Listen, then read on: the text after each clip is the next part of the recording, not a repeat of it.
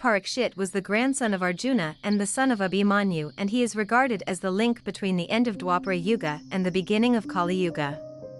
Once King Parikshit went to the forest for hunting and got lost. Distraught with hunger and thirst, he kept wandering the whole day. Then he saw a hut. In front of the cottage, Sage Shamik was sitting in deep meditation. The king's throat was getting dry with thirst. He called for Sage Shamik several times and asked for water to drink. But the sage was so engrossed in the Brahman, he couldn't listen. The king lost his temper. He picked up a dead snake lying nearby with the tip of his bow and put it around the neck of the sage. As this was happening, the sage's son arrived near the hut. He saw this unjust behavior of the king and cursed him. So King Parikshit was cursed that on the 7th day from this day, Tukshuk Nog will bite you.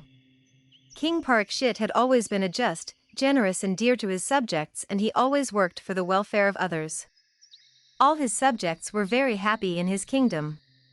But then, King Parikshit had given permission for Kaliyuga to enter the earth. Due to the advent of Kaliyuga in his golden crown, the king gave into injustice and foolishness and threw a snake on the sage in Samadhi. The cursed king returned and heard Bhagvat Katha from sage Sukdev on the banks of the Ganges during these 7 days. At the end of the narration, the king bowed down at the feet of sage Shukdev and said, "O God, you have given me the vision of the eternal path, the unity of Brahman and soul. Now I am peacefully situated in Brahman." King Parikshit was absorbed in the supreme Brahman even before being bitten by Tukshuk. Tukshuk's poison burnt his body in the fire.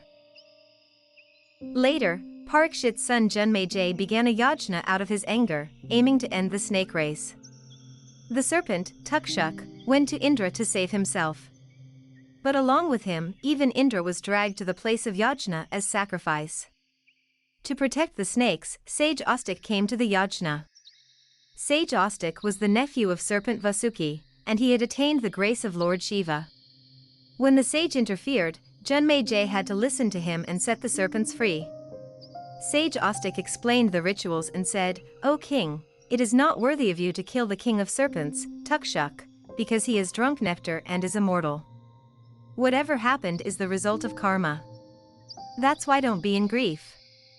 Janmejay bowed down and replied, "O great sage, I will accept your orders." He then completed the yajna by duly worshipping Sage Ostik.